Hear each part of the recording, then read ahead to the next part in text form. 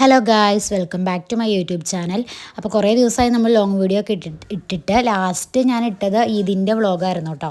അപ്പോൾ സത്യം പറഞ്ഞാൽ ഈ ഒരു വ്ളോഗ് ഈദ് കഴിഞ്ഞ് അപ്പം തന്നെ ഉള്ള വ്ളോഗാണ് കേട്ടോ. അതായത് പിള്ളേർക്ക് സ്കൂളിൽ പോയിട്ട് സ്കൂൾ അടിക്കണ ലാസ്റ്റത്തെ ദിവസമല്ല, വൈകിട്ട് വരെയുള്ള നമ്മൾ ഫുഡൊക്കെ കൊടുത്ത് വിട്ടിട്ടുള്ള ലാസ്റ്റത്തെ ദിവസമാണ് കേട്ടോ. എഡിറ്റ് ചെയ്യാൻ ഇത്രയും താമസിച്ചു എന്ന് മാത്രം. മെയിനായിട്ട് കേക്കിൻ്റെ ഓർഡേഴ്സൊക്കെ ഉണ്ടായിരുന്നു. പിന്നെ എഡിറ്റ് ചെയ്യാനുള്ള മടി. ലോങ് വീഡിയോ എന്ന് പറയുമ്പോൾ എഡിറ്റ് ചെയ്യാൻ അത്യാവശ്യം നല്ല സമയം വേണം. ഷോർട്സ് എന്ന് പറഞ്ഞാൽ നമുക്ക് പെട്ടെന്ന് ഇരുന്ന് ചെയ്യാമല്ലോ. അപ്പോൾ പിന്നെ ഷോർട്സ് ഒക്കെ ഇട്ടുകൊണ്ടിരുന്നു. കേക്കിൻ്റെ ഓർഡർ ഉണ്ടെങ്കിൽ പിന്നെ നമുക്കൊരു ദിവസം മൊത്തത്തിൽ പോക്കായിരിക്കും. അത് 2-3 കേക്കൊക്കെ ഉണ്ട്, പിന്നെ നോക്കേ വേണ്ട. അതാണ് വൈകാനുള്ള കാരണം. അപ്പോൾ ഇൻഷാല്ലാ കണ്ടിന്യൂസ് ആയിട്ട് ഇടാമെന്ന് വിചാരിക്കുന്നുണ്ട്. എങ്ങനെയാണെന്ന് അറിയില്ല.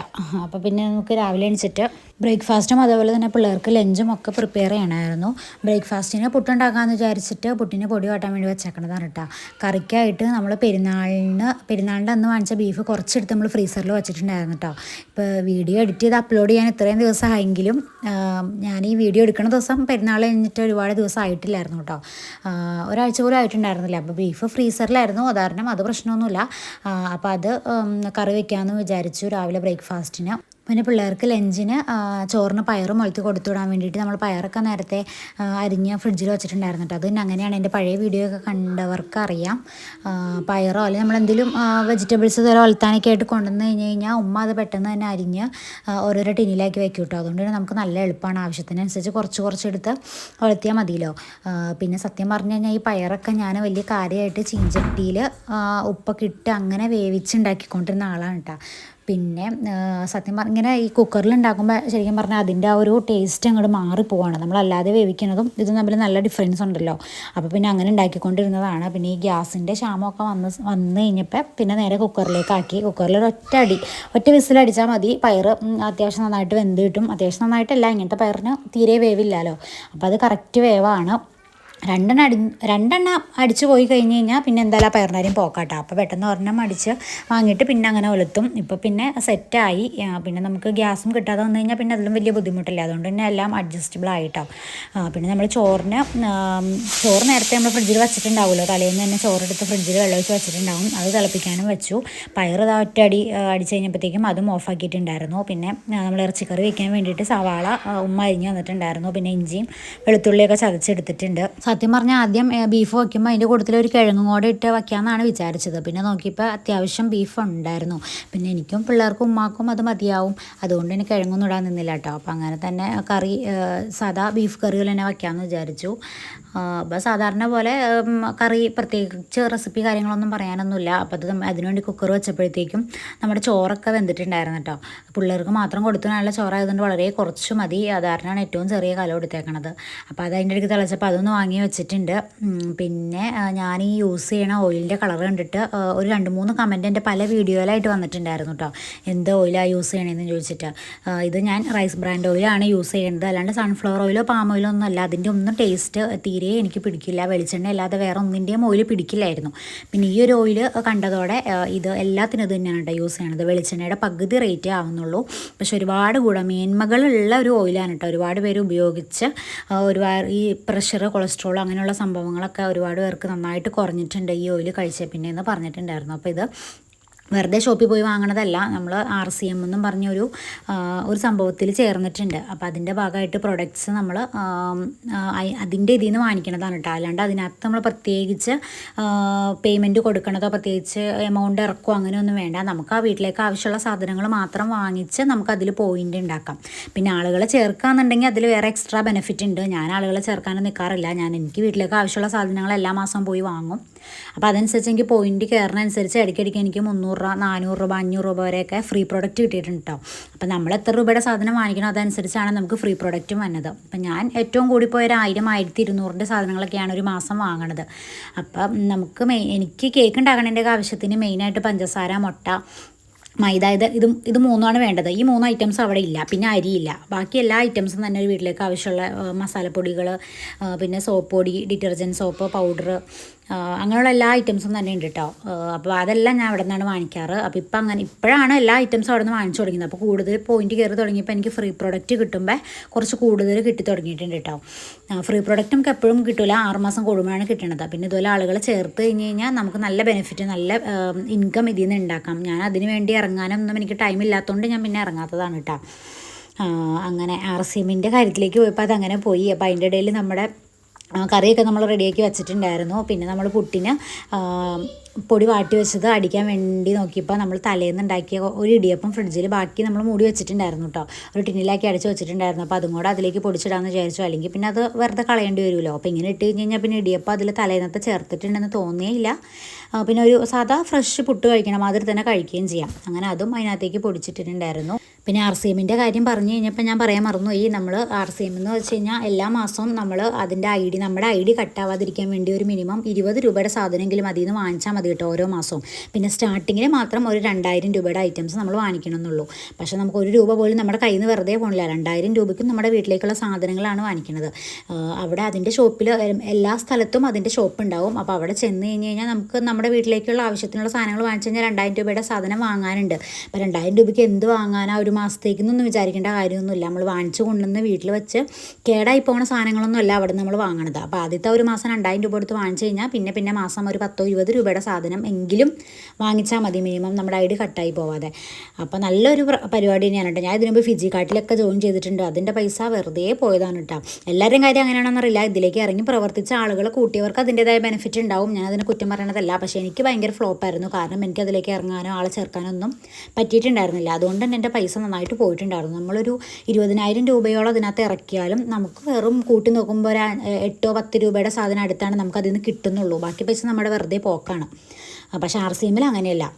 അത് ഞാൻ ഫുൾ ഗ്യാരണ്ടിയോടെ പറയണതാണ്. അപ്പോൾ ആർക്കെങ്കിലും അതിൽ ജോയിൻ ചെയ്യണമെന്നുണ്ടെങ്കിൽ എൻ്റെ നമ്പർ ഞാനിവിടെ കൊടുക്കുക. അപ്പോൾ അതിലേക്ക് പേഴ്സണലായിട്ട് DM ചെയ്താൽ മതി കേട്ടോ. അപ്പോൾ അതിൻ്റെ ഡീറ്റെയിൽസൊക്കെ ഞാൻ അയച്ചു തരാം. അങ്ങനെ നമ്മൾ പുട്ടെല്ലാം ഉണ്ടാക്കാൻ വേണ്ടി വെച്ചിട്ടുണ്ടായിരുന്നു. പിന്നെ അത് കഴിഞ്ഞപ്പോഴത്തേക്കും നമുക്ക് പിള്ളേർക്ക് ചോറിന് കൊടുത്തിട്ട് വേണ്ടിയിട്ട് പയറ് മാത്രമേ ഉള്ളൂല്ലോ. അപ്പോൾ പിന്നെ പയറ് മാത്രം കൂട്ടി അവർക്ക് കഴിക്കുമ്പോൾ പയറൊന്നും അത്ര ഒലത്തൊന്നും അത്ര ഇഷ്ടപ്പെട്ടിട്ട് കഴിക്കണമെന്നും അല്ലല്ലോ. അപ്പോൾ പിന്നെ അവർക്ക് ഇഷ്ടപ്പെട്ടിട്ട് പിന്നെ മീനോ പപ്പടം അങ്ങനെ ഒന്നും ഇല്ലാത്തതുകൊണ്ട് തന്നെ മുട്ട പൊരിച്ച് കൊടുത്തുവിടാമെന്ന് വിചാരിച്ചിട്ടോ. പിന്നെ എനിക്ക് എന്ത് സാധനമാണെങ്കിലും ഈ ഇളക്കിക്കൊണ്ടിരിക്കൽ ഭയങ്കര വിഷമമുള്ള കാര്യമാണ് കേട്ടോ. അതിപ്പോൾ ഞാൻ എൻ്റെ ചിക്കൻ കറി വെക്കുമ്പോഴൊക്കെ എൻ്റെ വീഡിയോസ് കണ്ടവർക്കറിയാം, ഞാൻ സവാള, ഇഞ്ചി, വെളുത്തുള്ളി അതെല്ലാം കൂടെ കുക്കറിലിട്ട് അടുപ്പിച്ചിട്ടാണ് ഞാൻ കറി വെക്കാറ്. അല്ലാതെ ഇങ്ങനെ ഇളക്കിക്കൊണ്ടിരിക്കുന്ന പരിപാടി എനിക്ക് തീരെ ഇഷ്ടമല്ല. അപ്പോൾ അതുകൊണ്ട് തന്നെ മുട്ട പൊരിക്കുമ്പോഴും ഞാൻ നമുക്ക് വെറുതെ ഉള്ളിയും മുളകും മാത്രം ഇട്ട് മുട്ട പൊരിക്കുമ്പോൾ എന്ന് പറഞ്ഞാൽ കുറേ നേരം എണ്ണയിലിട്ട് വഴറ്റേണ്ടി വരില്ല. വഴറ്റാതെ വെറുതെ മുട്ടയിലേക്ക് പച്ചയ്ക്ക് അരിഞ്ഞിട്ട് ഉണ്ടാക്കുന്നവരായിരിക്കും കൂടുതൽ ആൾക്കാർ. കാരണം ഞാൻ ഒരുപാട് പേര് അങ്ങനെ കണ്ടിട്ടുണ്ട്. അപ്പോൾ ഞാനിങ്ങനെ വായും പൊളിച്ച് നിന്നിട്ടുണ്ട്. ഞാൻ മാത്രമാണ് ഇത്ര വഴറ്റിയൊക്കെ ഉണ്ടാക്കാറുള്ളൂ. പക്ഷേ എനിക്ക് അങ്ങനെ ഉണ്ടാക്കണ ഇഷ്ടമല്ല. അതായത് വെറുതെ പച്ചയ്ക്ക് മുട്ടയിലേക്ക് അരിഞ്ഞിട്ട് ഉണ്ടാക്കണ ഇഷ്ടമല്ല. ശരിക്കും എണ്ണയിലിട്ട് വഴറ്റി അത് മുട്ടയിലിട്ട് പിന്നിട്ട് ഇളക്കി അങ്ങനെയൊക്കെയാണ് ഞാൻ ഉണ്ടാക്കിക്കൊണ്ടിരിക്കുന്നത്. പിന്നെ രാവിലെ ഉണ്ടാക്കുമ്പോൾ അങ്ങനെ ഒന്നും ചെയ്യാൻ പറ്റില്ലാത്തതുകൊണ്ട് തന്നെ ഞാൻ തേങ്ങയും മുളകും ഒതുക്കിയിട്ടാണ് കേട്ടോ ഉണ്ടാക്കുന്നത്. അപ്പോൾ എല്ലാവരും വിചാരിക്കും ഈ തേങ്ങ ചിരണ്ടി ഒതുക്കണം അത്രയും പാടൊന്നുമില്ലല്ലോ ഈ ഉള്ളി മുളകൂട്ട് വഴറ്റണേന്ന്. പക്ഷേ തേങ്ങ ഉമ്മ ചിരണ്ടി തരും. പിന്നെ അത് ഒതുക്കേണ്ട പാടുള്ളത് ഒതുക്കിയിട്ട് മുട്ടയിലേക്ക് അങ്ങനെ തന്നെ ഇട്ട് ഇളക്കിയാണ് നമ്മൾ ഇങ്ങനെ മുട്ട പൊരിക്കാറ്. അല്ലാണ്ട് പ്രത്യേകം എണ്ണയിലിട്ട് വഴറ്റൊന്നും വേണ്ട. അപ്പോൾ അതുകൊണ്ട് അങ്ങനെയാണ് മുട്ട പൊരിക്കാമെന്ന് വിചാരിച്ചത്. അപ്പോൾ അതിൻ്റെ ഇടയിൽ 2-3 പുട്ടൊക്കെ ഉണ്ടാക്കിയിട്ടുണ്ടായിരുന്നു. നമുക്കൊരു 3 പുട്ട് മതിയാവും ചിരട്ടപ്പുട്ട് ഉണ്ടാക്കുമ്പോൾ. അല്ലാണ്ട് വലിയ കുറ്റിയിലുള്ള പുട്ടുണ്ടാക്കുമല്ലോ, അതുണ്ടാക്കുമ്പോൾ ഒരു 2 എണ്ണം മൊത്തത്തിൽ വേണ്ട. അങ്ങനെ അപ്പോൾ അതിൻ്റെ ഇടയ്ക്ക് നമ്മൾ ഇറച്ചിക്കറി താളിക്കാൻ വേണ്ടിയിട്ട് താളിക്കാനുള്ള പാത്രം വെച്ച് ഉള്ളിയൊക്കെ അരിഞ്ഞ് വെച്ചപ്പോഴത്തേക്ക് അത് വാടാൻ വേണ്ടിയിട്ട് കുറച്ച് സമയമുണ്ടല്ലോ എന്ന് വിചാരിച്ചിട്ട് പിന്നെ അതിൻ്റെ ഇടയ്ക്ക് നമുക്ക് മുട്ടയ്ക്കുള്ള ഉള്ളിയും മുളകും ഞാൻ തേങ്ങയൊക്കെ പിന്നെ ഒതുക്കണ കാര്യം പറഞ്ഞല്ലോ.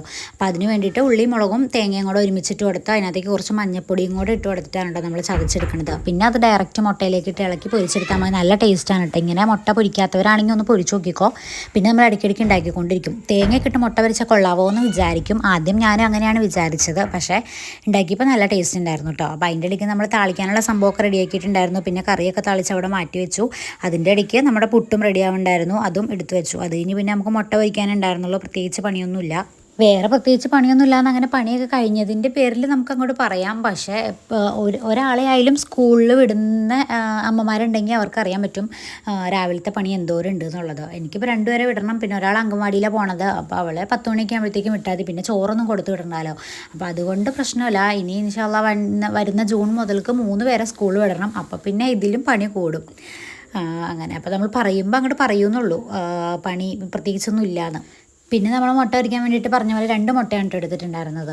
പിള്ളേർക്ക് മാത്രം കൊടുത്തുവിടാൻ മതിയല്ലോ. പിന്നെ എനിക്കൊക്കെ കാര്യം മുട്ട ഇങ്ങനെ പൊരിക്കാൻ ഇഷ്ടമാണെന്ന് പറഞ്ഞാലും ഇങ്ങനെ ചൂടാറി കഴിഞ്ഞാൽ ഇഷ്ടമല്ല കേട്ടോ, ഫ്രഷായിട്ട് പൊരിച്ച് കഴിക്കണം. പിന്നെ അവർക്ക് കൊടുത്തുവിടാനുള്ള മാത്രമാണ് അതുകൊണ്ട് ഉണ്ടാക്കിയിട്ടുള്ളൂ. അപ്പോൾ 2 മുട്ട എടുത്തിട്ട് ഒരു ഒറ്റ വട്ടത്തിൽ പൊരിച്ച് പകുതി അങ്ങനെ കൊടുത്തുവിടാനാണ് കേട്ടോ. അപ്പോൾ നമ്മൾ ചതച്ച് വെച്ചേർന്ന സംഭവങ്ങളൊക്കെ മുട്ടയിലേക്ക് ഡയറക്റ്റ് ഇട്ട് ഉപ്പ് ഇട്ടിട്ട് നന്നായിട്ട് മിക്സ് ചെയ്തിട്ട് പിന്നെ അങ്ങനെ തന്നെ ഒഴിച്ച് പൊരിച്ചെടുത്താൽ മതി കേട്ടോ. പിന്നെ പ്രത്യേകിച്ച് എണ്ണയിൽ വാട്ടണ പരിപാടിയൊന്നും ഇല്ലല്ലോ. പിന്നെ പിള്ളേർക്കായാലും മറ്റതുപോലെയൊക്കെ മുട്ട പൊരിക്കണേക്കാളും ഇഷ്ടം ഇങ്ങനെ പൊരിക്കാനാണ് കേട്ടോ. അവർ ഇനി ചമ്മന്തി മുട്ട എന്നാണ് കേട്ടോ പറയണത്. കാരണം നമ്മൾ ജാറിലിട്ട് ആ സംഭവങ്ങളൊക്കെ ഒതുക്കി എടുക്കുമ്പോൾ അത് ചമ്മന്തിയുടെ ടെക്സ്ചറിൽ ഇരിക്കുമല്ലോ. അപ്പോൾ പിന്നെ അവർ ചമ്മന്തി മുട്ട എന്നാണ് അതിന് പറയണത്. അപ്പോൾ അങ്ങനെ ഉണ്ടാക്കി കൊടുത്തു കഴിഞ്ഞാൽ കഴിച്ചോളും.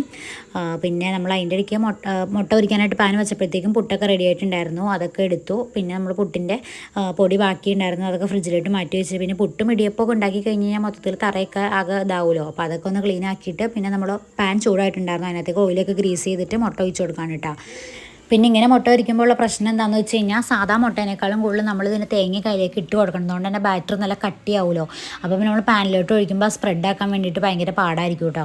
അപ്പോൾ നമ്മൾ ഒഴിക്കുമ്പോൾ തന്നെ അത് കുക്കായി വരും. അപ്പോൾ അതിന് മുമ്പ് തന്നെ പെട്ടെന്ന് തന്നെ സ്പൂണും കൊണ്ടോ ഫോർക്കും കൊണ്ടോ ചെയ്ത് കൊടുത്താൽ മതി. ഇന്നിപ്പോൾ എനിക്ക് ഫോർക്കൊന്നും യൂസ് ചെയ്യേണ്ടി വന്നിട്ടില്ല, കാരണം പെട്ടെന്ന് തന്നെ കറക്കി ഒഴിച്ച് കൊടുത്തത് കൊണ്ട് ഓക്കെ ആയിട്ടുണ്ടായിരുന്നു. കുറച്ച് കഴിയുമ്പോൾ തന്നെ ഒരു സൈഡ് വേവും, പിന്നെ മറിച്ചിട്ട് കൊടുത്തു കഴിഞ്ഞാൽ പെട്ടെന്ന് തന്നെ മുട്ട റെഡിയായി കിട്ടും കേട്ടോ. അപ്പോൾ ഇങ്ങനെ ഉണ്ടാക്കിയിട്ടില്ലാത്തവരാണെങ്കിൽ ഒന്ന് ട്രൈ ചെയ്ത് നോക്കിക്കോ, എന്തായാലും ഉണ്ടാവും തന്നെയാണ് എൻ്റെ അഭിപ്രായം. പിന്നെ ഓരോരുത്തരുടെ ഇഷ്ടം എനിക്കറിയില്ല.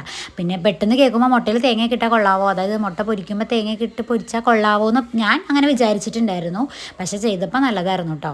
അങ്ങനെ മുട്ട പൊരിക്കലും കാര്യങ്ങളൊക്കെ കഴിഞ്ഞ് കഴിഞ്ഞാൽ ബ്രേക്ക്ഫാസ്റ്റിൻ്റെയും പിള്ളേർക്ക് കൊടുത്തിട്ടുള്ള ലഞ്ചിൻ്റെ പണിയൊക്കെ കഴിഞ്ഞ് കഴിഞ്ഞപ്പോൾ കുറച്ചധികം പാത്രങ്ങൾ തന്നെ കഴുകാനുണ്ടായിരുന്നു. അപ്പോൾ പാത്രങ്ങളൊക്കെ വേഗം തന്നെ കഴുകി വെച്ചു.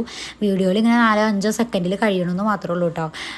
ഒരു 10-20 മിനിറ്റ് എടുത്തിട്ടുണ്ടായിരിക്കും പാത്രം കഴുകാൻ വേണ്ടിയിട്ട്. അങ്ങനെ കിച്ചണൊക്കെ ചെറുതായിട്ട് രീതിയിലൊക്കെ ഒന്ന് ഒതുക്കി പറക്കി വെച്ചിട്ട് പിന്നെ ഹാളിലേക്ക് വന്നപ്പോഴത്തേക്കും ഐറു എണിച്ചിട്ടുണ്ടായിരുന്നു. അവൾ എണിച്ച് പല്ലിയെ ചാടുന്ന പാലൊക്കെ കുടിച്ചുകൊണ്ടിരിക്കുന്നുണ്ടായിരുന്നു കേട്ടോ. അവൾക്ക് എണിച്ച് വരുമ്പോൾ ഒരു ഗ്ലാസ് പാല് നിർബന്ധമാണ്. പിന്നെ ഫുഡ് കഴിക്കണതൊക്കെ ഒരുപാട് സമയം കഴിഞ്ഞിട്ടേ കഴിക്കാറുള്ളൂ. പിന്നെ അങ്കൻവാടി പോകണോണ്ട് തന്നെ എങ്ങനെയെങ്കിലും മാക്സിമം നേരത്തെ കൊടുക്കുമെന്ന് മാത്രം. അപ്പോൾ അതിൻ്റെ ഇടയിൽ നമ്മൾ രാവിലെ എണിച്ചപ്പോൾ തന്നെ ഒരു കേക്കിൻ്റെ ഓർഡർ ഉണ്ടായിരുന്നു. അപ്പോൾ അത് തന്നെ ചെയ്ത് വെച്ചിട്ടാണ് പിന്നെ ബാക്കി പണി തുടങ്ങിയത്. അത് നമ്മൾ വീഡിയോയിൽ പ്രത്യേകം കാണിച്ചിട്ടില്ല എന്നുള്ളൂ കേട്ടോ. അങ്ങനെ ആ കേക്ക് അവിടെ ചൂടാറിയൊക്കെ ഇരിക്കുന്നുണ്ടായിരുന്നു. അപ്പോൾ അതിൻ്റെ ബട്ടർ പേപ്പറൊക്കെ ഒന്ന് റിമൂവ് ചെയ്ത് കളഞ്ഞിട്ട് പിന്നെ അടുത്ത പണിക്ക് കയറി. നമുക്ക് കേക്ക് ബട്ടർ സ്കോച്ച് ആയിരുന്നു കേട്ടോ. അപ്പോൾ അതിലേക്ക് പ്രലൈനും സോസൊക്കെ ഉണ്ടാക്കാനുണ്ടായിരുന്നു. അപ്പോൾ അതിന് വേണ്ടിയിട്ട് പഞ്ചസാരയൊക്കെ മെൽറ്റ് ചെയ്യാൻ വേണ്ടിയിട്ട് വെച്ചു. അപ്പോൾ അതിൻ്റെ റെസിപ്പി ഒന്നും ഡീറ്റെയിൽ ആയിട്ട് കാണിച്ചിട്ടില്ല കേട്ടോ. അപ്പോൾ അതൊക്കെ ഒന്ന് ലെയർ ചെയ്ത് വെച്ചിട്ട് പിന്നെ അതിൻ്റെ പണി ബാക്കി ചെയ്തു. പിന്നെ പ്രത്യേകിച്ച് നമ്മൾ വീഡിയോയിൽ കാണിച്ചിട്ടില്ല. അപ്പോൾ രാവിലത്തെ ഒരു വ്ളോഗാണ് ഉദ്ദേശിച്ചത്. അപ്പോൾ അതിൻ്റെ ഏറെക്കുറെയൊക്കെ ആഡ് ആക്കിയിട്ട് വീഡിയോ അവസാനിപ്പിക്കാമെന്ന് വിചാരിച്ചു. ആദ്യം ഞാൻ വീഡിയോ എടുത്ത സമയത്ത് ഡേ ഇൻ മൈ ലൈഫായിട്ട് എടുക്കാമെന്നാണ് കേട്ടോ വിചാരിച്ചിട്ടുണ്ടായിരുന്നത്.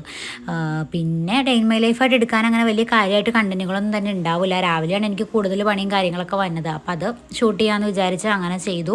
പിന്നെ നമ്മൾ കേക്ക് ലെയർ ചെയ്തപ്പോഴത്തേക്കും നമ്മൾ പഞ്ചസാര മെൽറ്റ് ചെയ്യാൻ വേണ്ടി ഇട്ടിട്ടുണ്ടായിരുന്നത്, അത് മെൽറ്റായി വന്നിട്ടുണ്ടായിരുന്നു. അപ്പോൾ അതിന് നമ്മൾ സോസ് റെഡിയാക്കി പിന്നെ നമ്മൾ പ്രലൈൻ ഉണ്ടാക്കണതാണ് കേട്ടോ. സാധാരണ ബട്ടർ സ്കോച്ച് ഉണ്ടാക്കുമ്പോൾ ഞാൻ കാഷ്യൂം അതുപോലെ ബദാമും എടുക്കാറുണ്ട്. അന്ന് ബദാം ഇല്ലാത്തതുകൊണ്ട് തന്നെ കാഷ്യാണ് മൊത്തത്തിൽ എടുത്തിട്ടുണ്ടായിരുന്നത്. അങ്ങനെ അതൊക്കെ റെഡിയാക്കി വെച്ച് ചൂടാറുന്ന സമയം കൊണ്ട് ചായ കുടിക്കാമെന്ന് വിചാരിച്ചിട്ട് ചായ കുടിക്കാൻ വേണ്ടി വന്നു. അങ്ങനെ പുട്ടും ബീഫ് കറിയൊക്കെ കൂട്ടി കഴിച്ചു.